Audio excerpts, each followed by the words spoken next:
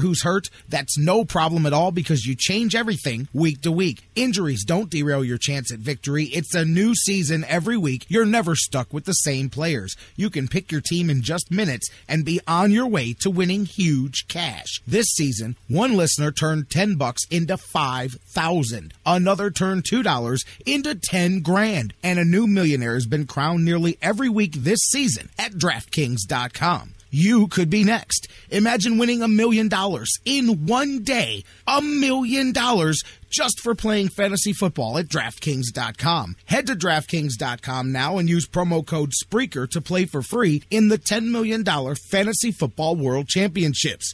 DraftKings.com. Bigger events, bigger winnings, bigger millionaires. Enter Spreaker now at DraftKings.com. Sports Fix listeners, like us on Facebook today. Facebook.com/The Sports Fix. Football season is party season at Harry Buffalo North Olmsted. Everyone wins at Harry Buffalo. Every Saturday is Coors Light College Football Saturday with $6 pitchers, 4 bottles for $10, and the Buckeyes in full HD. Football season is most definitely party season, and your headquarters is Harry Buffalo North Olmsted all winter long. Harry Buffalo, join the herd.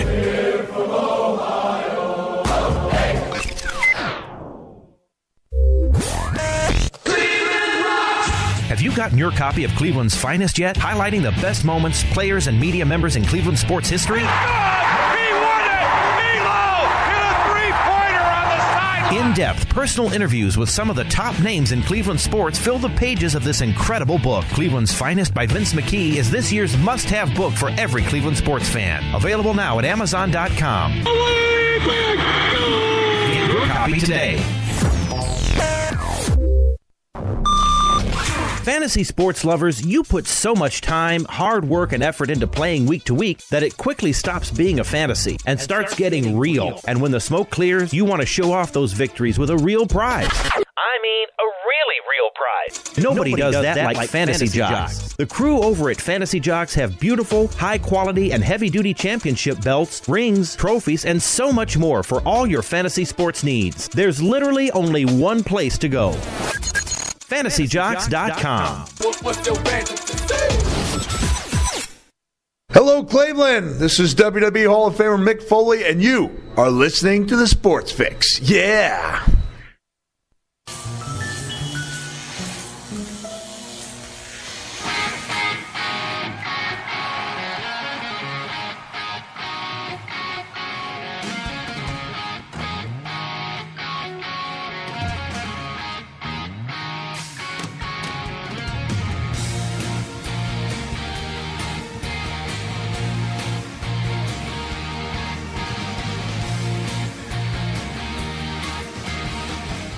Welcome back to the Sports Fix. That's right. No more Mr. Nice Guy. I don't know. Nobody in the AL Central is being Mr. Nice Guy. They're all singing the same tune here as we get ready to shift gears a little bit. We're going to talk some baseball. Welcome back to the Sports Fix. J-Rock with you here. Jerry Myers, Jeff Gorman from Indians101.com.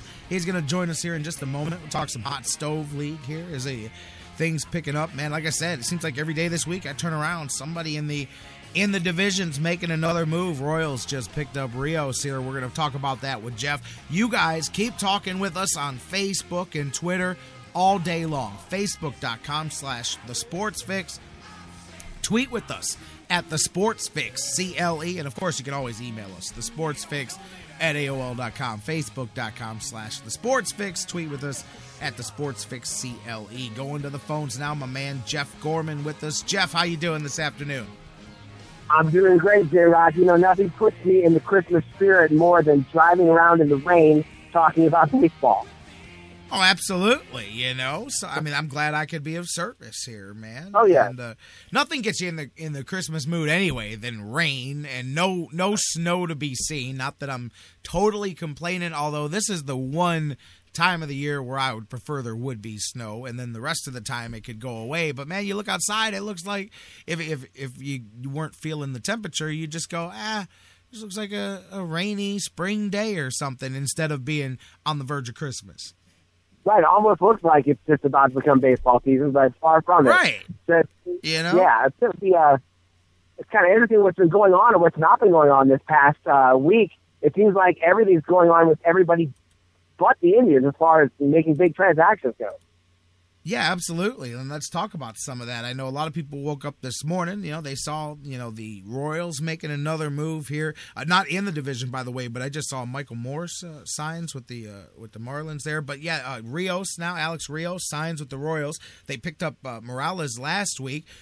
Mike Brandenburry, you and I as well, but Mike and I were talking last week too. We talked about some of these other moves here. I mean, Chicago, not game-changing moves, but making moves. Even the Twins went and got Irvin Santana. Talk a bit about the moves. I mean, the Indians went and made their move for Moss, but that was kind of the early salvo, and it seems like not that they're all replying to each other per se, but everybody else has made a move and then some here. A lot of activity. Talk to me about the flurry of moves in the last week or so. What you like, what you don't like about how these teams all around the Central have improved themselves.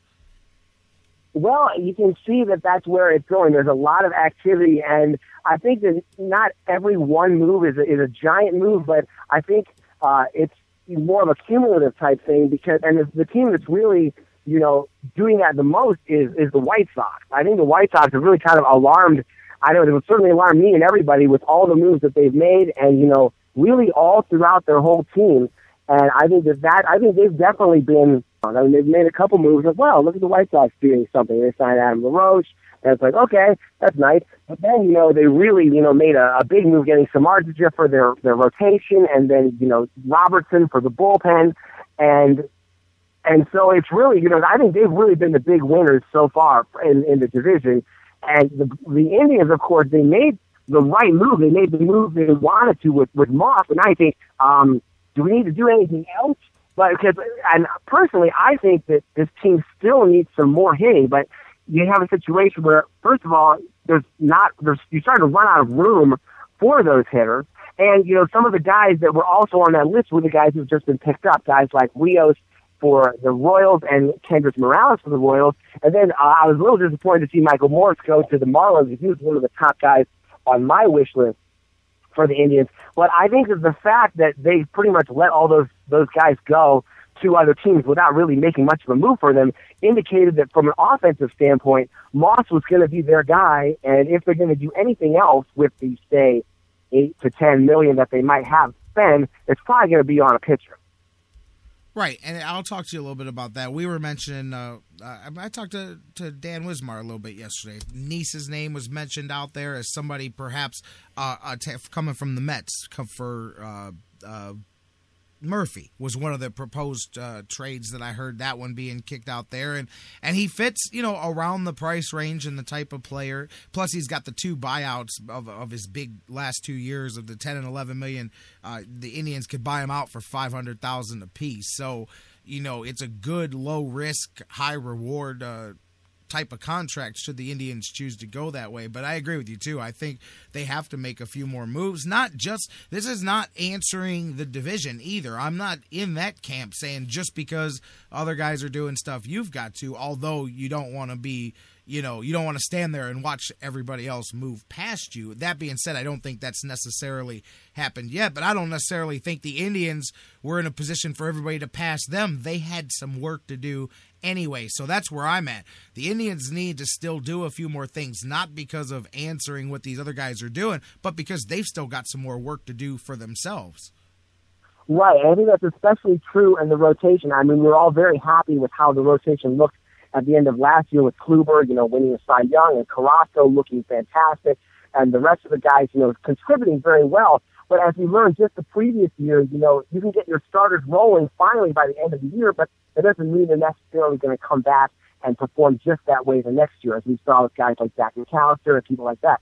So I think really the key next year is going to be Carlos Carrasco. I mean, I think obviously Kluber's going to do very well. I'm not sure he's going to win the Cy Young Award again, but I think he's obviously going to stay one of the elite pitchers, and that's just a great thing. Like, he's got him under control for several years.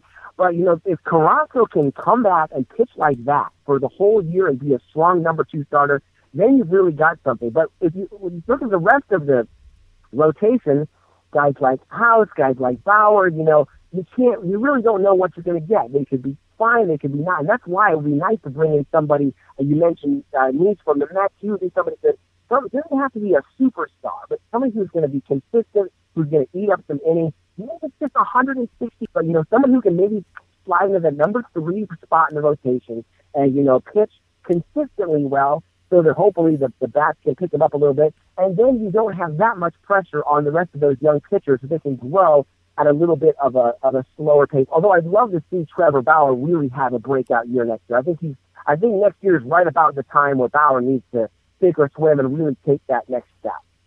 I hear you.